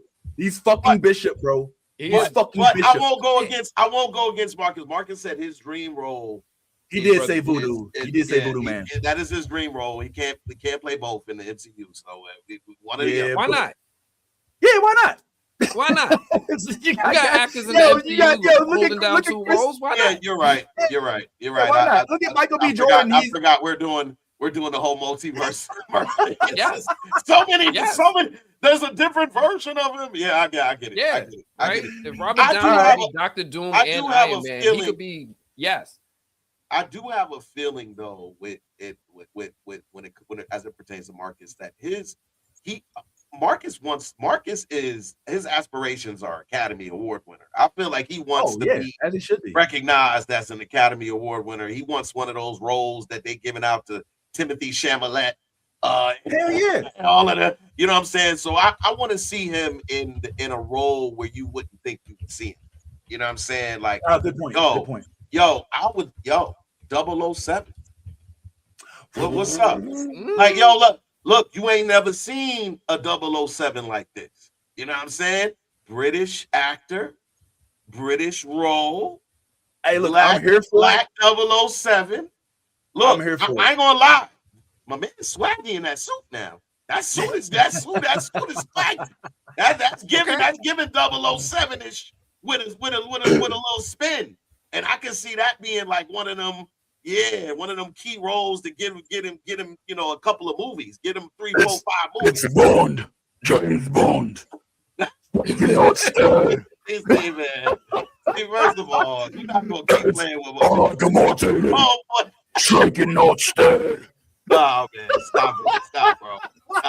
Stop. Look. You're going to listen. You're going the raspy route of Little John. I'm going the I know I'm just playing. I know you are because you're a comic. But I'm saying like I can see him with that old debonair Barry White tone telling Shorty like, yo, two olives, You know what I'm saying? Shaking, with not the locks. stirred. Is he the first Bond with Yeah. locks? Like no, shaking, Yeah, not stirred, bro. Yeah, like yo, I can see put down him the killing blood that clip shit. gun there, brethren. Yo, Yeah. Moonraker. Yeah. Put down the Yeah. bomber ass gun in her. I got top Yeah. up the order on the clutch in her. Put down the bomber. Put it. Okay. Yeah. I want it so bad. All right. What, yo? So bad. Yeah, I do. Look, there was a small period of time in my life where I convinced myself that I was adopted. I was like, "There's no way my parents are American. I'm Caribbean. Somehow I know I am. Like I just don't. I wasn't born to my parents. I'm immaculate conception. You know what I'm saying? Vince don't eat his fish. He don't eat his fish unless it got the head on it. Damn. I want to look my fish in the eye before I eat it. With the eyes. Yeah, he wants the eyes. He wants his fish to look at him. Yo, I got another cast for him, but this might be a little broad. It might be a little. All right. Is he too much to play DJ from Street Fighter? See, you're doing the host. You keep going to the stereotypical. I do this. Yeah. Okay, you're right. All right, my bad. So maybe that's good.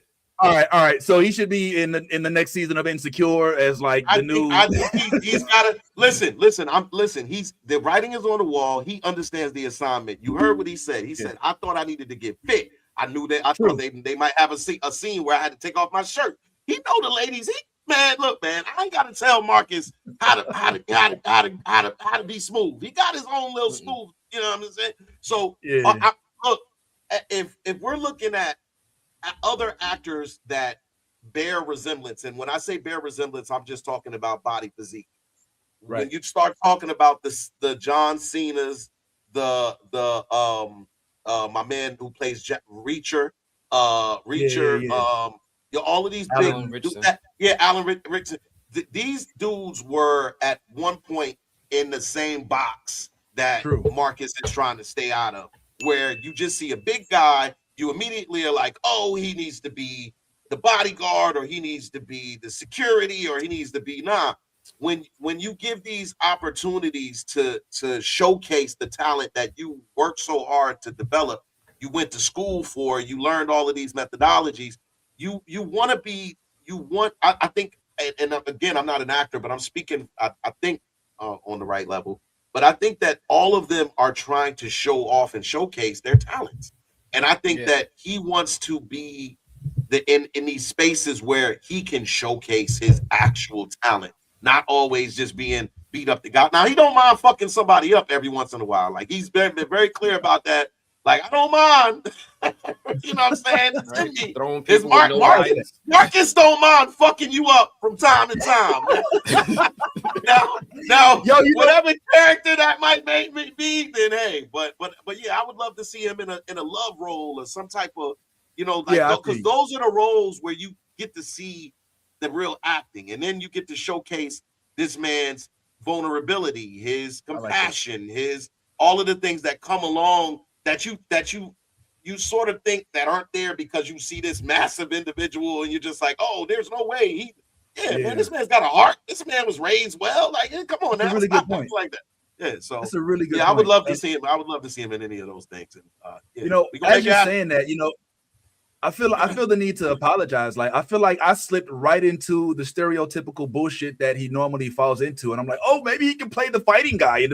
So yeah, let me check my own stereotypes at the door and be like, yeah, man, my bad, because the Bulls got definitely a lot. One of the projects that I didn't get to ask him about, like I said, hopefully we can talk to him again at some point in time for whatever reason, is he was in Book of Clarence. Like he was right there along with everybody else. With Lakeith Stanfield, who Anthony just interviewed as well, and with you're not like these folks are not getting the screen, the accolades that they should be getting. Like, yo, my man has done so much. You know what I'm saying? So I just cannot wait. And I wonder what this was like too. Like, you know what I'm saying? Being one of an all-black cast to an extent, acting along the sides of like these Americans and these UK folks all on the same screen.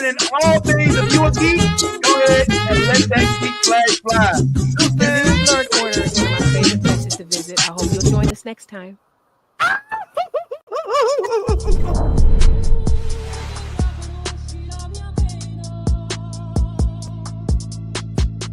The new Blerd